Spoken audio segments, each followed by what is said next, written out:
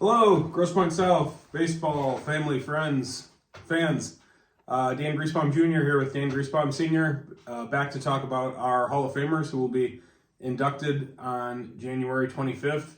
Right now, would like to talk about a one-of-a-kind, Chris Getz, class of 2002. And I'll tell you, my biggest concern about this video is keeping it to 5 or 10 minutes. Exactly. There could be a lot of things to talk about with Chris, no doubt. I guess I would just start with, 2002, I guess you're, getting to the approximate halfway point of your career. Maybe you didn't know it was halfway at the time, but you had quite a few good players before then. Guys that played Division I, Rick Leonard, Sean Bruce, eventual Charlie Braun. Eventual Hall of Famers, Kevin Brennan, Kevin Schroeder.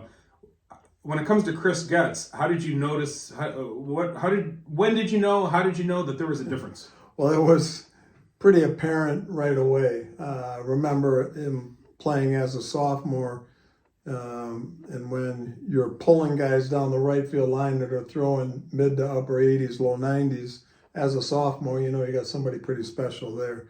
And that's what Chris was doing then. And you could tell right away that he was going to be a pretty special player. Tools-wise, what did you notice first? Well, speed, number one. He could run like a deer. Quickness, athleticism. He had a great arm. What a lot of people don't realize probably is he was our closer. He was our leader in close for his career. He could throw the ball 90, 92 miles an hour. And that's a pretty nice weapon to have when you're talking about somebody coming in relief. No doubt. Now, his sophomore year, 2000, was, kind of an average type season. The team was a little bit over 500, but didn't make much of a run in the postseason. 2001, a different story. Just overall, in an overall sense, talk about that 2001 team. Well, we had along to complement him, Mark Pepler had a great career, Andrew Vlasic, Matt Middleton, who was All-State the following year in 2002. At Grand Valley. Right, pitched at Grand Valley. Vlasic, I think. Vlasic at Hope, yep, correct. And we had a very good supporting cast. Mike Hackett was playing third base. Sean McLeod was catching. Just a really good overall team. Now, during that state tournament run there, I guess, was there a point where you thought you had a chance to win it? You hadn't won it before. You had been to the Final Four, was it twice before that? Right. When did you think you had an actual shot? Well, you get by the district. You're always doing well. Getting by North, there was a very, very tough East Detroit team that we had to get by. I believe we won that game 2-1, and one of the plays was a great relay from right field to third base to cut a runner down. And all the games were basically close, but we knew with Andrew Vlasic on the mound and Chris closing and Chris obviously leading the way in terms of at the bat and in the field at shortstop, along with Pepler and Hackett and McLeod and a few of the others, that we thought we had a pretty decent shot. And it all worked out very well, even though the Grand Ledge was definitely favored against us. There's no doubt. They must have had about 3,000 people in Battle Creek, and we had about 500, 600, 700. And they had about 6 All-Staters on the team, and we ended up upsetting them 2-1. I think, at least the way that I felt at that time, we had never been to a state final before. We barely got by the semifinal 5-4 against West Bloomfield. I think came from behind to win that one. Right. And then you get to the final, and you've never been there before, and you hear that it's Grand Ledge that you're going to play. Mm-hmm. And, going back to the early 2000s there, Grand Ledge, a big name in Michigan high school baseball. Their coach, Pat O'Keefe, who just retired not long ago, ended up well over 1,000 wins. Yes. When you're in that situation, did you feel a little bit like we're playing with house money at this point? Yeah, I think the pressure was certainly on them. There's no doubt. But even as it was, if you recall that game, I know you were there, we were tied 1-1, and Pepler gets on third with 1 out, and Mike Hackett's up to bat, and he's got a 1-2 count on him, I believe it was, and some reason I got a crazy thought in my head, let's squeeze. let's squeeze with right, two strikes. A two-strike squeeze. A two-strike squeeze. Mike gets a high pitch, right, almost over his head, puts it down, and we score the winning run and held them the last inning. Matt Middleton started the inning, and then we brought in Chris to relieve, but he ended up having to strike out Matt Bonet, who was a D1 player, with the bases loaded to preserve the win. And talk about going crazy. Yeah, we certainly did. Now, as you mentioned, that was in the stands at the minor league ballpark, had the feel of a sold out game, but for us felt like a road game, certainly. Absolutely. Yep. With the loud crowd out of the Lansing area from Grand Ledge. And if you recall, in the first inning, gave them the first run with just a ridiculous mistake to play. A couple of errors, yeah. A couple errors, I think, on one play, right. that scored a run. And at that point, you're wondering if the wheels are about to come off the bus, I assume. Yeah, it was a little shaky, but we settled down. And you have to give credit to Matt Middleton.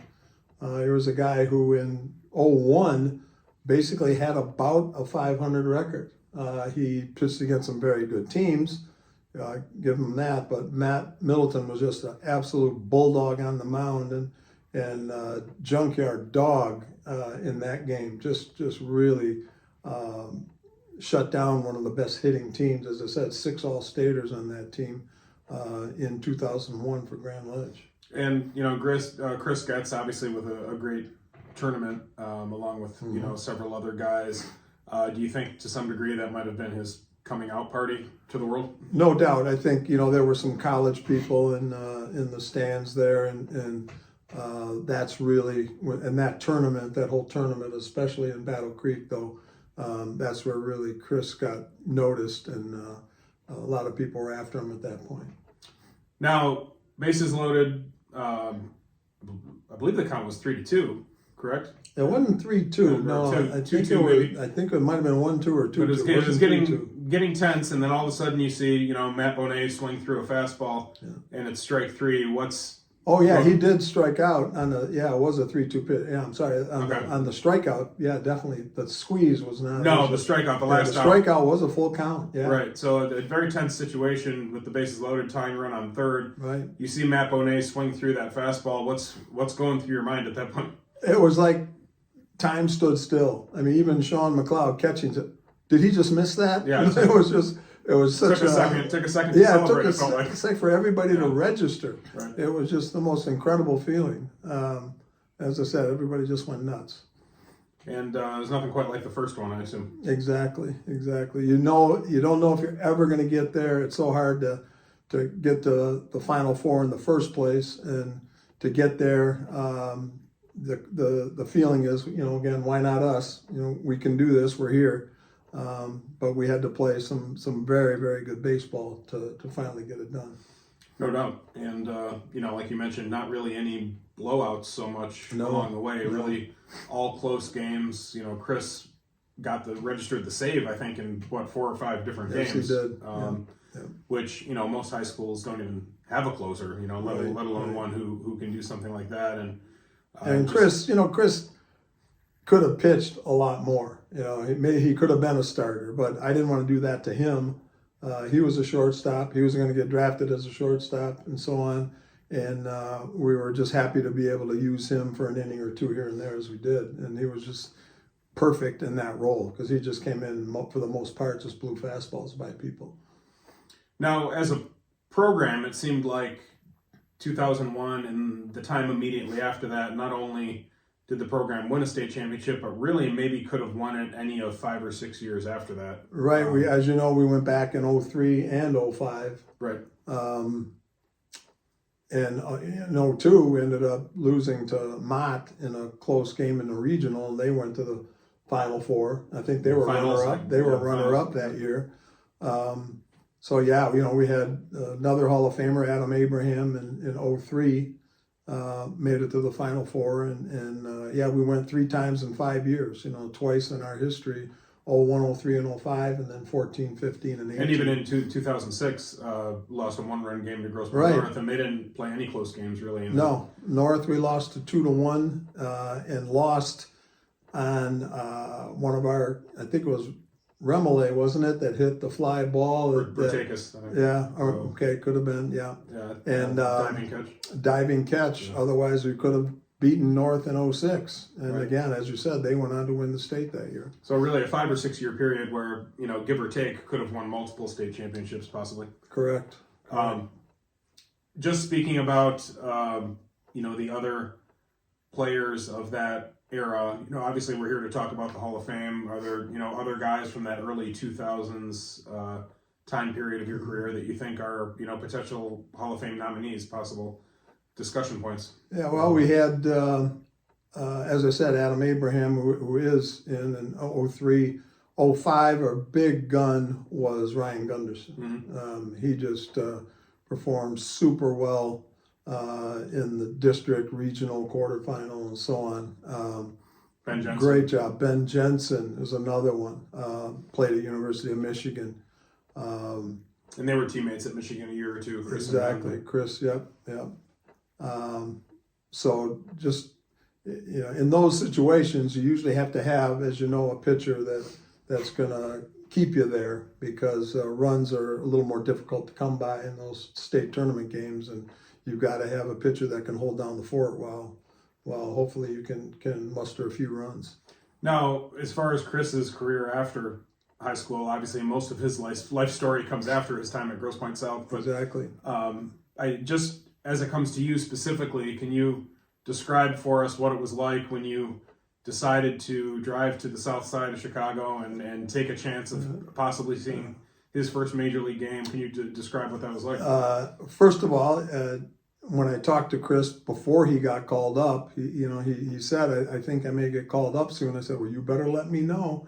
And in fact, I got the call when I was at Comerica Park watching the Tigers, and he said, I'm getting called up. I said, okay, when, where, So we right away went to Chicago.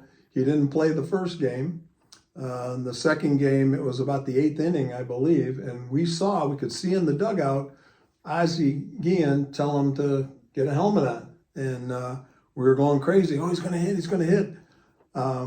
And Storybook, his first at bat, line drive through the middle, RBI, pictures on the big jumbotron. His first hit, they bring him the baseball. It was just a unreal experience just to be there for his first hit. And as a coach, your first major leaguer, and also your first professional player overall. Exactly, yeah. But you could coach a lot of good players for a long time and never have a single major leaguer. Exactly.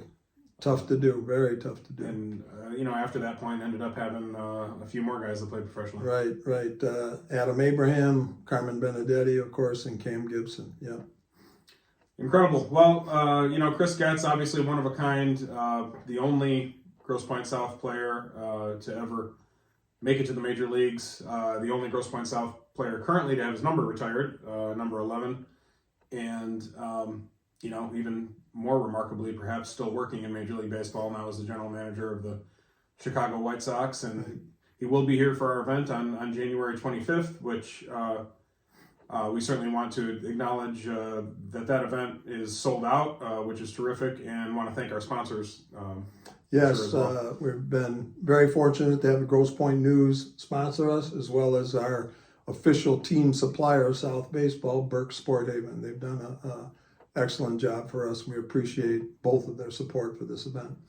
Excellent. Well, it should be a lot of fun, and be a pleasure to reminisce about Chris Getz and everybody else. Definitely.